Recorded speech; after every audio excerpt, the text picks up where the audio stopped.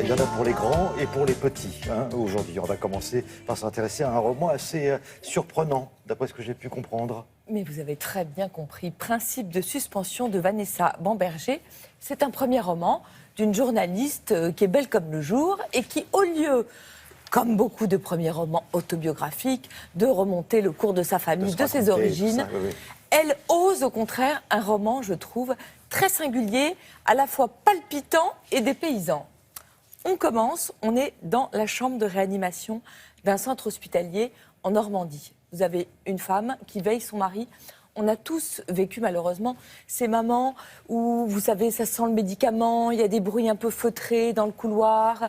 Il y a une ambiance très suspendue. Suspendue, c'est le mot du roman, principe de suspension. Entre ciel et terre, vous êtes hors du monde, hors du temps, hors de l'espace. Là, le monsieur, il respire avec des machines. Et la femme, elle ose poser une question au médecin qui est pressé comme ça. Elle lui dit, est-ce que mon mari peut avoir eu une crise d'asthme à 40 ans alors qu'il n'en a jamais eu auparavant? Pourquoi cette question est importante? Cette question est importante parce que, ironie du sort, ce monsieur qui ne peut plus respirer, son métier, c'est de fabriquer des embouts pour des médicaments contre l'asthme. Alors là, vous avez cette première scène. Cette première scène, elle donne la tension au livre. Est-ce que Thomas, il va s'en sortir ou pas? Mais après, on sort de la chambre et on se retrouve en Normandie pour essayer de comprendre comment ce couple en est arrivé là. Alors Thomas, c'est un gars, il a fait fortune dans la finance et puis il a investi, au bout d'un certain nombre d'années, tout son argent pour racheter une petite entreprise industrielle. Pourquoi ? Parce que la Normandie, c'est sa région et il ne pouvait pas se résoudre à la voir devenir une région fantomatique, triste et pauvre. Parce qu'il a le sens de la fierté de l'industrie.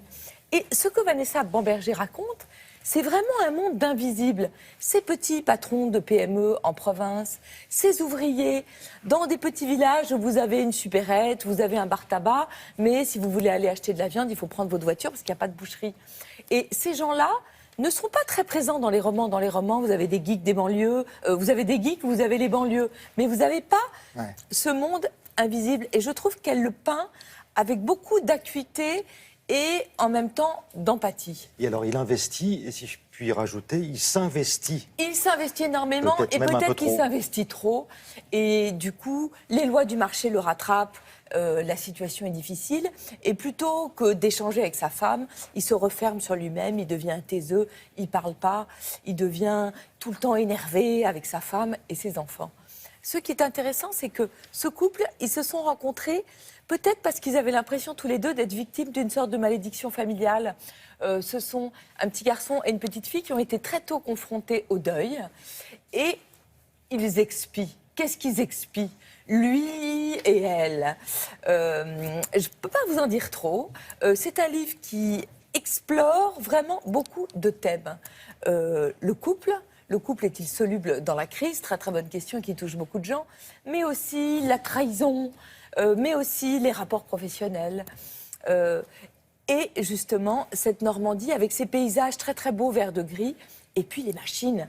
Vanessa Bamberger, elle décrit les machines de manière, je trouve, très efficace et très étonnante. Et puis il y a tout un travail sur la langue qui est aussi passionnant autour de ces mots, principe de suspension. C'est plutôt réussi. Ah, c'est vraiment réussi pour un premier roman. Honnêtement, c'est très bluffant. Et la fin est très réussie. La fin, alors, évidemment, je ne peux pas vous la dire.